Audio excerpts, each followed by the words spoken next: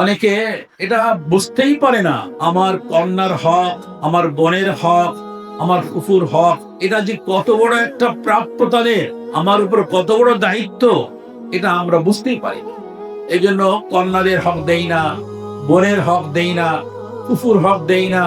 দিলেও লামসাম দেই। এই জন্য আমি প্রথম আমার নিজেকে এবং আমরা যারা এখানে উপস্থিত হয়েছে আমাদেরকে আতা'মুরুনা আন-নাসা বিল বিররি, যে তোমরা মানুষকে তো নেক কাজ করতে বলো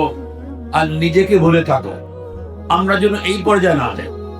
বরং আমার আদর্শ এরকম হবে, আমার পরিবারের সদস্যদের সাথে, বিশেষ করে আমার পরিবারের যারা নারী সদস্য আছে, আমার স্ত্রী, আমার মা, আমার বোন, আমার কন্যা, আমার খালা, ফুফু ইত্যাদি, তাদের সাথে আমার এমন আচরণ হবে যে আমার আশেপাশের ঘরের প্রতিবেশী যারা আছে তারা আমার এই আচরণ, আমার এই স্বভাব, আমার এই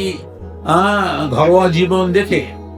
তারা প্রভাবিত হবে এবং তারা শিখবে যে আসল দাম্পত্য জীবন হলো এই, সুখের জীবন হলো এই, শান্তির জীবন হলো এই।